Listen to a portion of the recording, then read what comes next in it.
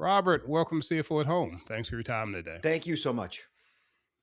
So, right off the top, I have to confess something. I grew up in the era of detective and spy shows on television.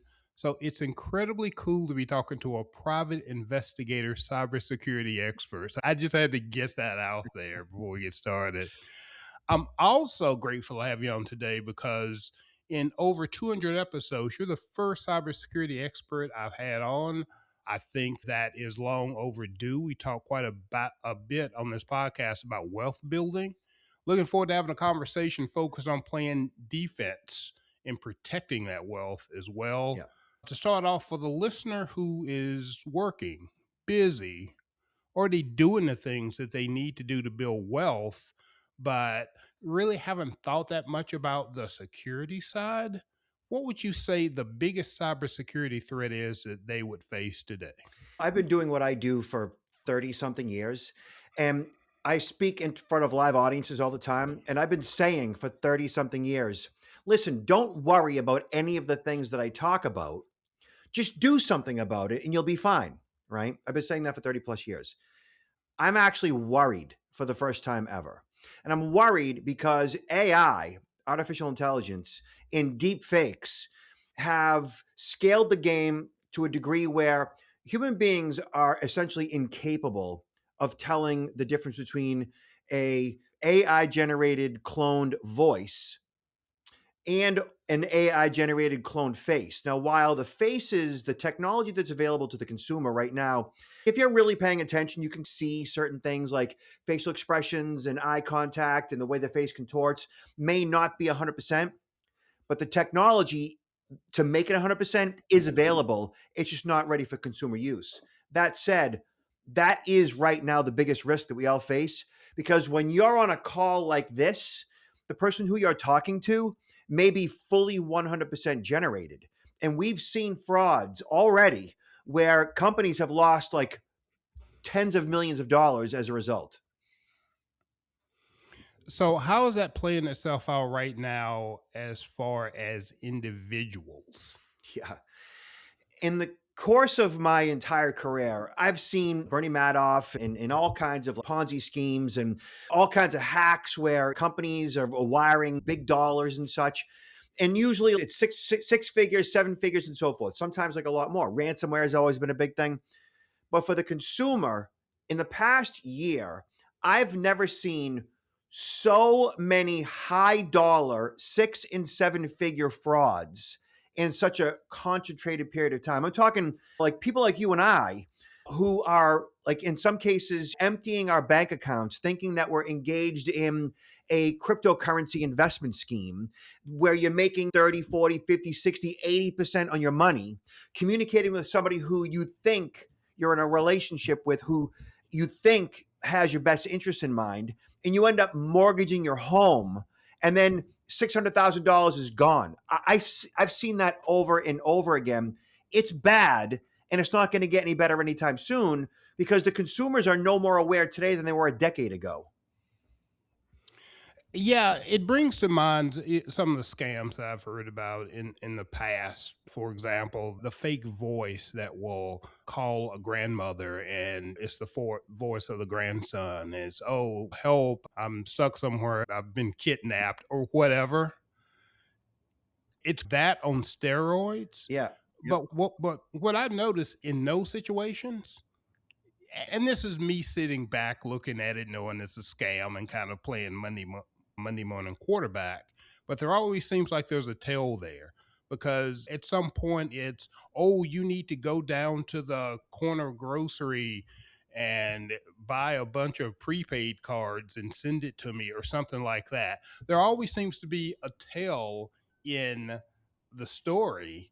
So if you can back away from your emotions, the emotion that your grandson has been abducted, the emotion of, hey, I'm going to make some really fast money here in cryptocurrency, that seems to be maybe the best protection in my mind, regardless of how good the fakes get. there always seems to be a tail there. Is that what you're seeing, or is this thing getting bulletproof and more difficult to see through? So I'm going to agree with you there to a point. Certainly, if you're paying attention, if you recognize the tells, if you're consciously aware that these scams happen, right? And in the likelihood of your grandchild being kidnapped or even arrested and put in jail, or your daughter being abducted, the likelihood of any of that stuff happening is pretty much slim to none when you think about it, right? And just the sensational story itself just doesn't seem real to begin with. However, when our emotions get involved, that's when we get into trouble. That's just the way it is. Human beings are wired to trust. That's how that works. So when you think about it, we are what is called an interdependent species. And as an interdependent species, we require each other for our survival, for our procreation. And as an interdependent species, our default is trust, which means that you come out of your mama trusting. And throughout your life, you pretty much trust all the time. I hear people say, I don't trust anybody. Yeah, you do. Because we give the benefit of the doubt all the time. Not trusting others is really not natural to us. It just isn't. We, throughout the day, week, month, year, phone calls we get, emails we receive, people we meet, right? We pretty much are giving the benefit of the doubt all day, every day. And so the bad guys use the truth and they twist the truth and they use that against us. They use our empathy against us. They use our love against us. They use our loneliness against us. They use our greed against us. And all they have to do is reach out, and you get the wrong number text message and you don't already know that's a scam. And you respond with, oh, I'm sorry, do we have a lunch plan today? Who's this? If you don't Right. already know that's a scam, you're already going down the rabbit hole. And so if most people aren't paying attention to this stuff because, for one, they don't want to think that these things can happen to them. Why would the bad guy attack me? Why would they go after me? I don't have a lot of money. Like, why would they steal my identity? Why would they hack my bank account? And so forth. We just kind of function in denial that these things aren't going to happen to us, most of us. And then when it does happen, we're like, how did that happen? Because we're human and we're vulnerable. I think all of us have been suckered in our lives. All of us have been. All of us have been lied to, betrayed, and all of us like wanted to believe that person. But things happen and we get suckered. It's just the way it is. Going forward, it's going to get worse because humans aren't prepared for the AI deepfakes. But all the rest of the scams, if you're paying attention, if you're just grounded in the reality of what's happening to me right now with this text message, with this email, with this phone call, with this opportunity, with this urgent threat, whatever it might be, what's actually happening, if you're paying attention, you generally should be fine. But a lot of people aren't paying any attention. So is that the takeaway here is that we need to pay more attention. We need to become more familiar with the types of scams that are out there so we don't get carried away with our emotions when we're hit. First and foremost, yes, it's called situational awareness.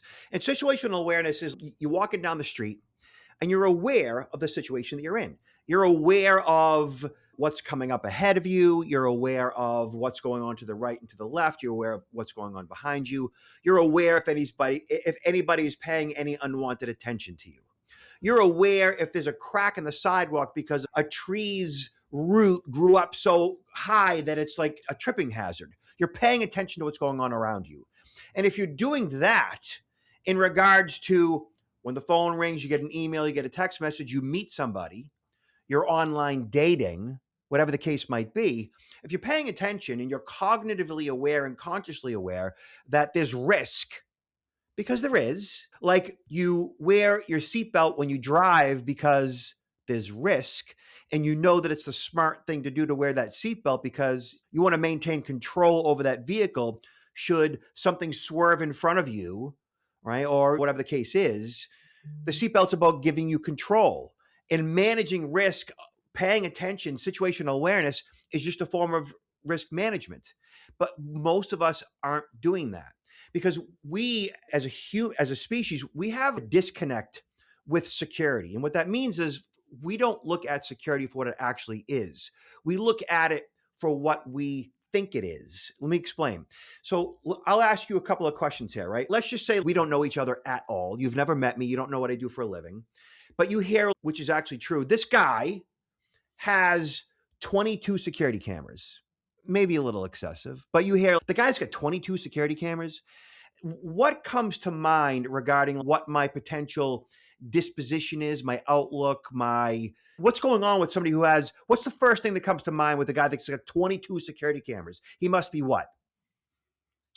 He must be doing something illegal. He must be hiding from somebody. There's something sketchy going on if you have 22 security Yeah. cameras. Some people say paranoid.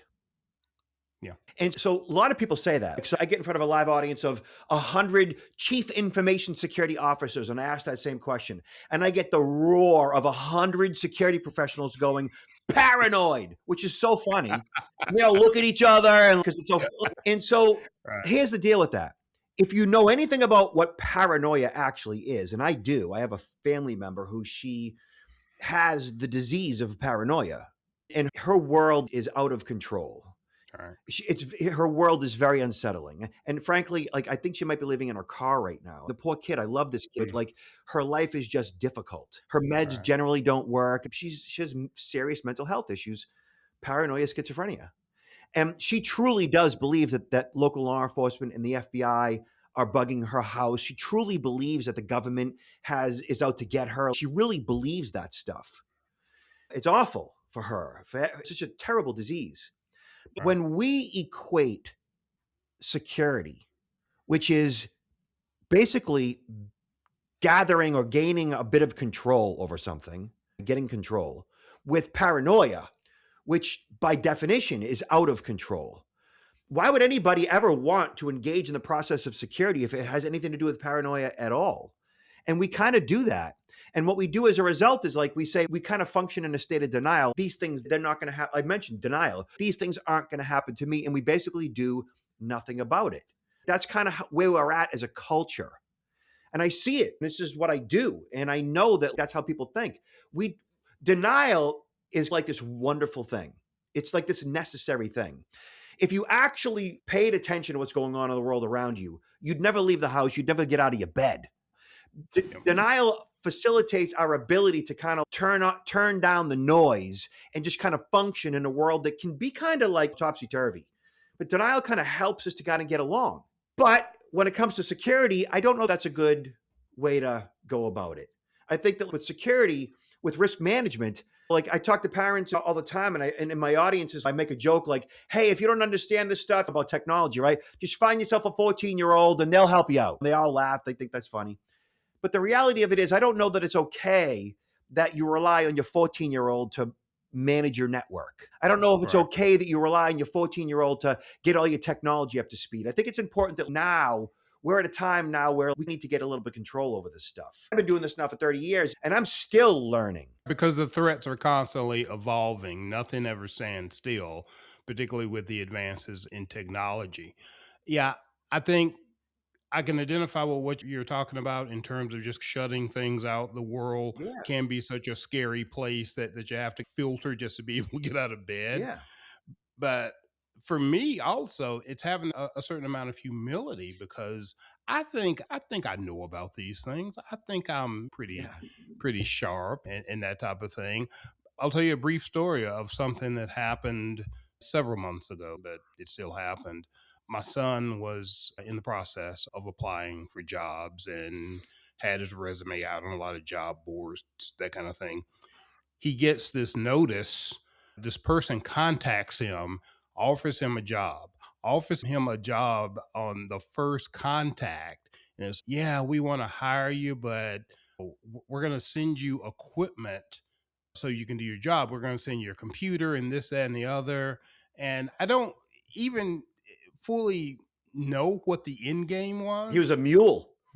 but he literally was going to the bank because they told him he needed to go to the bank. Mule. And somehow, even though he was not buying this equipment, I don't know, maybe it was give them information so they could deposit the money into his account to buy the equipment. It's something like Yeah. that. Yeah. My mule. And the thing is, he kind of mentions it to me. I'm kind of halfway busy, and it doesn't even register what he said, if his mother had not stopped him, Yeah. that would have turned out very bad. But me just won. He was very happy. I was happy for him. It's good for you. And then I'm doing whatever I'm doing. What did he say? That kind of thing. It can happen so Right. fast and you can get so caught up in your emotions. It's crazy. And your response is 100% normal and natural. That's how you should respond when your loved one is prospering and happy and doing well. That's what you're supposed to do. And the bad guys know this. And what would have likely happened if he kept through with it, he would have ended up actually engaged with criminals committing crime, money laundering. That's what a money mule is. He's Wow. actually in the middle of receiving the funds from somebody in America who's being scammed, and he's wiring that money or depositing that into a bank account and ultimately wiring it overseas and getting a percentage of that money. And that's what that is. It's a money Oh, mule. Yeah. oh wow. I had no idea of what the end game Yeah. was. And I have this tendency to try to think of the end game. And if I don't think the end game is nefarious, in some cases I'll assume it's okay. But you just have to kind of line it up. If the actions don't make any sense, even though they're so clever, you're not always going to know the end game. So that's why it's so important to A, kind of consume all these various frauds and scams and kind of pay attention to this stuff. Listen to a podcast here and there. Pay attention to what's going on in the news. When you see something in regards to fraud, scams, whatever it might be, like just kind of pay attention, consume it, find out what's going on, be informed, right? And then from there, just kind of see that particular scam and how that scam is probably an evolution of so many other scams. We know romance scams. Romance scams have been going on since the beginning of time. But the romance scam today has become this massive cryptocurrency thing where you get that wrong number text message and you respond with, okay, who's this? And then next thing you know, you get a picture of a very attractive woman. Of course, if you're a man, right? Generally, right? That's usually how that works. And now, like, you're corresponding with this woman who you think is interested in you. And what most people don't realize is that 25% of us walk around by default lonely. That's a true stat. 25% of us, like our general, when we wake up in the morning, we feel a sense of loneliness. That's a very normal feeling. They call it the pain and the ache of loneliness. It's not much different than hunger pains. Evolutionarily, we have hunger pains because it drives us towards food. We forage when we're hungry. If you were never ever hungry, you would waste away, right? If you were never ever lonely, you'd have no reason to be social or be with anybody or procreate. So the pain of hunger and the pain of loneliness are the same thing. It's part of like our evolutionary design. And so a lot of people have that pain and ache of loneliness, like not just when they're young, but when they're older, maybe when somebody passes away and so forth.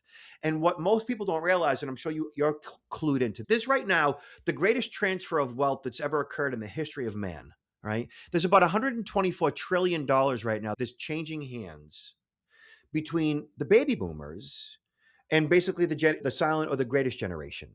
So, for example, like my dad, he's 78 years old. He was a union pipe fitter for 45 years. And through his pension, his annuity, and somebody who understood compounded interest and the stock market, he invested all of his money. He paid off his house.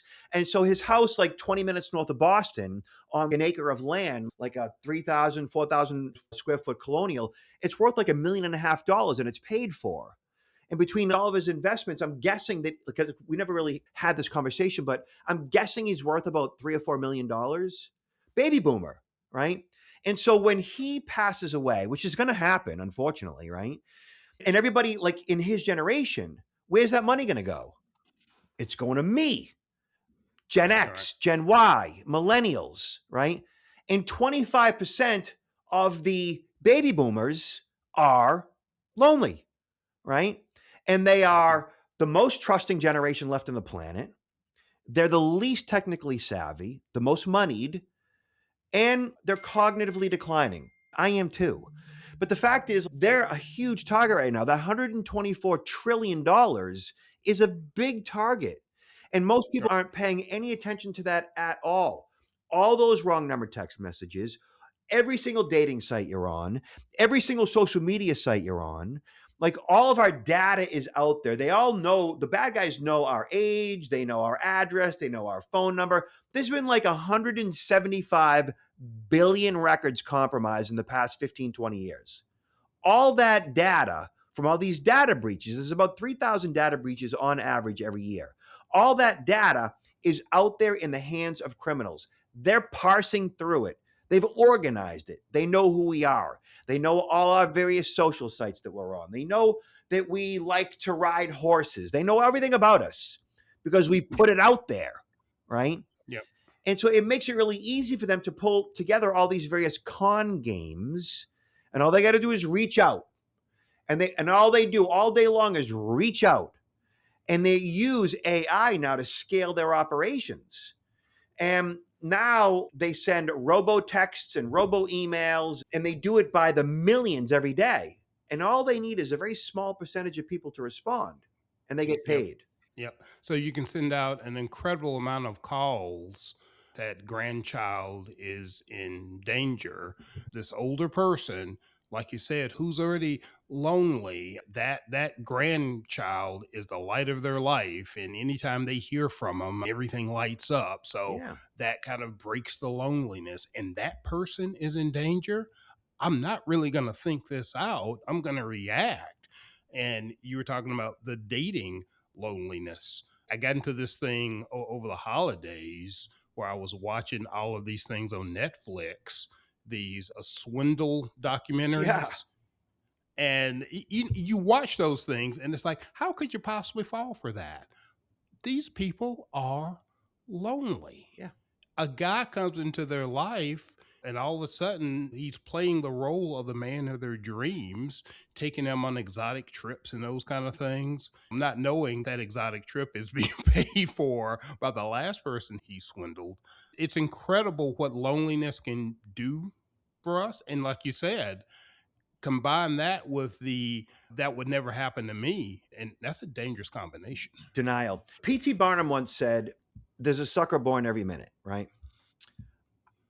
Right now, on average, every minute, there's about 250 people born.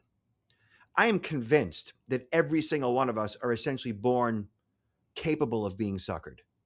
And many of us will be suckered, some more than others, right? I do presentations to wealth managers for their clients all the time. And there isn't a wealth manager that I haven't worked with whose clients have not contacted him because of some type of wire transfer or fraud that they were involved in, where he or she said to the client, why didn't you reach out to me before you did what you did? Why did you on your own start making all these financial investments or transfers in crypto or whatever based on a phone call or an email or a text? Why would you not consult me, your financial advisor, the person who has spent their entire life? I have all the licenses and I'm regulated and I know I'm an expert in this. Why would you not consult me first? Because we just want to believe that people are good. We want to believe that others have our best interests. We want to believe that this potential opportunity is real because we need to a certain degree. And I don't know that people are paying attention in that regard. And just one quick thing regarding the loneliness. Like I speak to banks and credit unions all the time. And I hear over and over again that there isn't a bank representative that doesn't have a client that comes into the bank, if not once a week, once a month, wiring money out of the account to somebody overseas who he or she thinks that they are in a relationship with. Like clockwork. They come in every week or every month, like thousands and thousands of dollars. And the bank or the credit union employee kind of intervenes and says, can you give me some feedback on where this money's going? Oh, this is my girlfriend. Oh, this is my boyfriend. Have you ever met them? We text, we chat on match.com or whatever. And the bank representative is, but you've never met them? I've met them on video, but I've never actually, he or she is working and they can't come up. And the representative from the bank will go, this is probably a scam. And the client is, no, it's not a scam. It's not a scam. They don't want to believe it. And the reason why they don't want to believe it is because it's actually worth it to them financially to spend thousands and thousands of dollars every single month to not feel the pain and ache of loneliness. Wow. And that's the reality of it.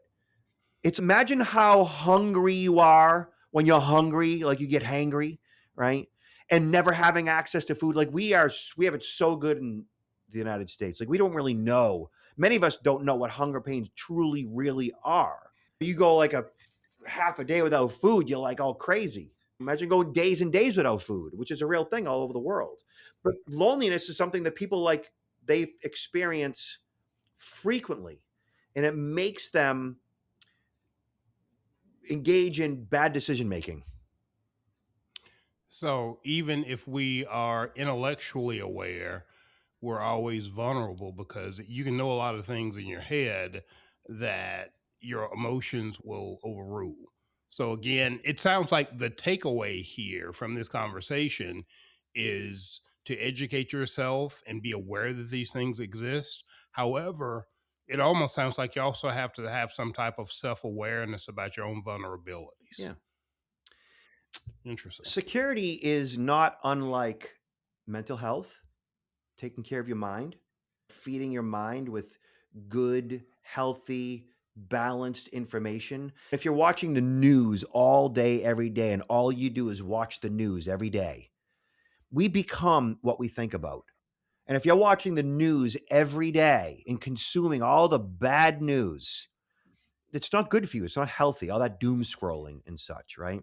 So All it's right. good to be with nature, consume good information, consume good books, watch good movies, like stuff that elevates you versus like you angry, whatever. So that mental health is like a real thing that we need to monitor and pay attention to and nurture. Same thing with our physical health. Our physical health, you got to eat good foods. You got to consume enough fluids every day to be hydrated opposed to All right. dehydrated. You can't be eating fast foods and high salt and high sugar every day of the week because it's going to cause blockages of arteries and make you sick and give you cancers and die. So you have to have a balanced meal. Security is just like your health. It's just like your mental health, like your physical health. It's one of those things that some of us don't really give any thought to it until something bad happens, whether it's your mental health or your physical health or your security. And there needs to be a balance. And I know that there isn't. We in this country, we take security for granted. We just do. We're just All right. pretty comfortable. Everything works, right? We have electricity, we have heat and running water and air conditioning, and everything's easy. And so we don't really give much thought to security until something bad happens. I speak all over the country, and often people I talk to, they're like, they don't know where their house keys are. They haven't locked their doors in 30 years. And so when the realtor goes to sell the house, they're like, well, I don't have any house keys. I have no idea where they are. And then I said, why don't you lock your doors? I don't lock my doors because I don't want to live like that. What does that actually mean when they say that? They're saying, I don't want to live in fear. I don't want to have to worry. I just want to live free, which is so goofy to me. Like, Yeah, that's not a mindset that I'm personally familiar with, but I'm sure it's out there. yeah, I'll tell you, I think another thing that I've observed, even out of myself, is that some types of security are a little bit of a pain in the butt at times. I'll give you an example. It's the old password yeah, thing, which to this day drives me crazy. You can't do anything online without creating a yeah. password. And it just drives me nuts. What's the latest on password security? You have any advice there? Sure. Okay. So we've spent a good amount of time basically getting your audience tuned up to the point where like, okay, I got this whole security thing. You're making sense. Yeah, there is risks out there, and I understand what those risks are now, and I understand my apprehension to those risks. And now I'm where I think I need to be. Okay, so how do I actually protect myself then? Right? Which is what Right. I do with my audiences. I spend that first half an hour challenging their belief systems, getting them to understand risk, understanding what paranoia is and trust and all that stuff, right? Okay, so now when it comes to okay, so how do we batten down the hatches? How do I manage that risk? Okay. So I say, first and foremost, start with locking your doors because it's a good thing to do. Maybe install a home security system because why not? You're Right. vulnerable at 3 a.m. I know I am, right? So my doors are locked and I have a home security system, not because I worry, because, like I put the seatbelt on, it's a smart thing to do. Okay. So when Right. it comes to your digital life, first and foremost, you can't use the same passcode twice. You can't. You've got to use a different passcode across every single account. And you're like, how am I supposed to remember all those passcodes? I don't remember my passcodes. I know two passcodes, one to Google and one to Apple. That's it. I don't know any other passcodes. I don't need to know passcodes. I have a password manager. What if the password manager gets hacked? I'm not worried about that. Password managers have been around for decades. And while there have been some vulnerabilities like there are in banks, no password manager has been hacked in such a way where all the client data was exposed. They have encryption. They have bank level military grade encryption. So a password manager, just Google password manager and you'll find all kinds of options. I've been using a password manager for 25 years. It's $20 a year. It is the best use of my time and my money as far as my security goes. I can't begin to tell you, right? And to just Google password manager, you'll find all kinds of options. And they generate long, strong, uppercase, lowercase numbers and characters. If I go to my password manager right now, I type in bank and Bank of America pops up in my password manager. And I click the link and it takes me right to the login, plugs my username, plugs my passcode in. Boom, I'm in. Just save me copy, paste, and I'm not using the same passcode twice. So, Right. password manager. On top of that, two-factor authentication. Now, we all know what that is. We may not like it. We may not use it for all of our various accounts. But here's the deal with this stuff, right? Nothing that I speak to is beyond 99% of my audience's comprehension. Everything that I talk about, we can all do. It's all easy stuff. If you can log in, if you can plug in a username and a passcode, if you can bake a cake, then you understand how to put together a recipe, right? So, password management is downloading a password manager, having the password manager create passcodes, and then learning that technology, which before you know it, you've got it. You're wondering, why didn't I use this thing 20 years ago?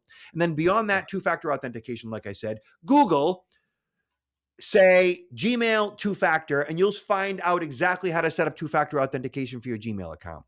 Search Amazon two-factor, and you'll find out exactly how to set up two-factor authentication for Amazon, eBay, PayPal, Venmo, you name it, right? Beyond that, we have our social security numbers, and we're all concerned about our identities getting stolen, as you should be, right? The social security number was never meant to have as much weight as it does today. It was only meant for social security benefits. That's it. And something called functionality creep crept into the use of the social security number over our lifetimes. And now it is our de facto national ID. And we treat the social security number as if it's a password. It's not a password, it's an account number.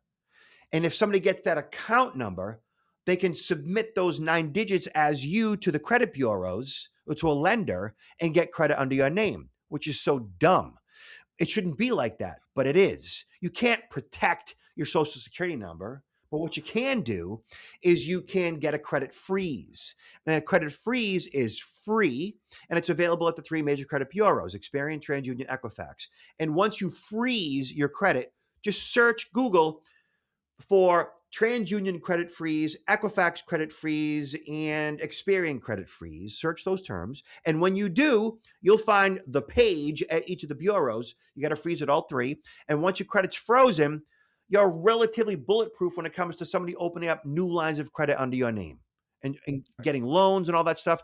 So, passwords, two-factor authentication, credit freeze, you do those basic things, you're already 90% ahead of the general population. And it's easy stuff. Security is about layers of protection. It's about putting systems in place. It's about becoming a tougher target. And when you do these basic things that your neighbor's not doing, the guy down the street's not doing, you're locking your doors and putting the home security system in with the signage, you're getting a password manager, freezing your credit using two-factor authentication. When I tell you're ahead of 90% of the population, because less than 10% of the population does the things that I talk about. I know this. Yeah. This is what I do. People don't. It, yeah. It's amazing what small deterrents can do. Where I live, I assume most people lock their houses, but we've had situations here where it's mostly kids will go around the cars. And the thing is, they will go and they will see if the car is unlocked. Yeah. And if the car is unlocked, they'll take stuff out of it. If the Guns, car is locked, cash. Yeah. exactly. But if the car is locked, they're not smashing windows or anything. They go on to the next car Yeah. because they know the next car is going to be unlocked and they don't have to dirty their hands. That is called path of least resistance. And the Mhm. guy and the gal that lock their doors become the tougher target. The guy and the gal that get the password manager and the two-factor authentication and freeze their identity become the tougher target. It is that simple. None of this is beyond 99% of the world's population's capacity. It's all easy stuff. And other things like update your hardware, which means you should be on a relatively newer laptop or desktop or mobile phone within 5 years. Older hardware means older software, it's older technology, which can't support newer, more robust security software, right? So, newer hardware needs to be considered because if your mobile phone is compromised, what do they have access to? Everything. If Yes. your computer is compromised, what do they have access to? Everything. Everything. And newer hardware means newer secure software. So I don't function on devices any more than 5 years old. You have to upgrade. It's really important. And then, of course, antivirus, anti spyware, anti phishing, a firewall. A thing called a VPN, a virtual private network, is a software Yeah. that you would download to your mobile phone. You download it to your laptop when you're at the airport, the hotel, the resort. It encrypts your device. It encrypts your device's Wi-Fi on free Wi-Fi. You don't want to be on the resort Wi-Fi without a VPN. You don't want to be on Logan Airport Wi-Fi without a VPN and so forth. It encrypts your data on free Wi-Fi. These basic things are like all easy to do, and you become a tougher target. Absolutely. So much that you covered in such a short period of time. I love it. But still, so much more that we could talk about. Don't have time to talk about that here, but let's talk about the resources that you have available for people to dive into this subject even more. Your online headquarters is protectnowllc.com. Tell us a little bit more about that and how listeners can learn more. Yeah, so I'm all over the webs. If you search Robert Siciliano, Siciliano, you can't miss me. I own the first 3 pages of search. Not a lot of us out there. And my website, protectnowllc.com, that's where you learn about what it is that I do and the value that I can provide and the programs that I offer. If you are in a credit union or a bank, or if you're a financial service professional, if you're in government, if you're a manufacturer or in construction, if you're a wealth manager and you want to provide a presentation for your clients to get them up to speed so that they don't get victimized, I speak to everybody who has a pulse at this point because we're all vulnerable to a certain degree because we all trust but just the way we are, and all of us have a little bit of tweaking to do in regards to our belief systems when it comes to security, what it isn't, we trust too much. And the presentations that I deliver are about overcoming the worry and the fear of security, right? And ultimately, I teach my audiences to become the strategic human firewall, which means that you become a person that appreciates the value that security has in your life. You become someone who recognizes risk in such a way where going forward, you see it coming. It makes sense to you what the bad guys do and how they do it because you understand it. You're not just going to become a victim of it, you're paying attention to it because it means something and it matters to you. Appreciation is heartfelt. Security appreciation means this means something to me. It matters to me. I want more of this in my life. I want my spouse to understand this. I want my kids to engage in this. This is important to me. And a lot of information can be found at your website. Again, protectnowllc.com. I do want to briefly point out a couple of specific resources that can be found there. One is your podcast, or I believe it's a podcast maybe you co-host. Yep. It's called the Security Guy and CIA Spy Yeah. Podcast. I always want to mention that for podcast listeners. Yeah. And you also have a book, Identity Theft Privacy, that I assume encapsulates a lot of the tips that you share with us today. It does. It was a bestseller on Amazon too. So my entire motivation is to make sure that my audience, my listeners, the people that I come in contact with, that they're informed, that they're forewarned, and forewarned is forearmed. And once you grasp this stuff, you're good. And I find that it becomes good coffee table talk, right? And it's good conversation, and it helps people. It's good for them. It's like broccoli with butter and salt. It's good for you. Good for you, and you can acquire a taste for it. So, hey, win win. Robert, I really want to thank you for your time. Really enjoyed the conversation. Again, this is a topic that I've wanted to sink my teeth into for the longest. And I hit the jackpot by finding you and your resources. Thanks for your time. Thanks for being on CFO at Home I today. appreciate you. Thank you so much.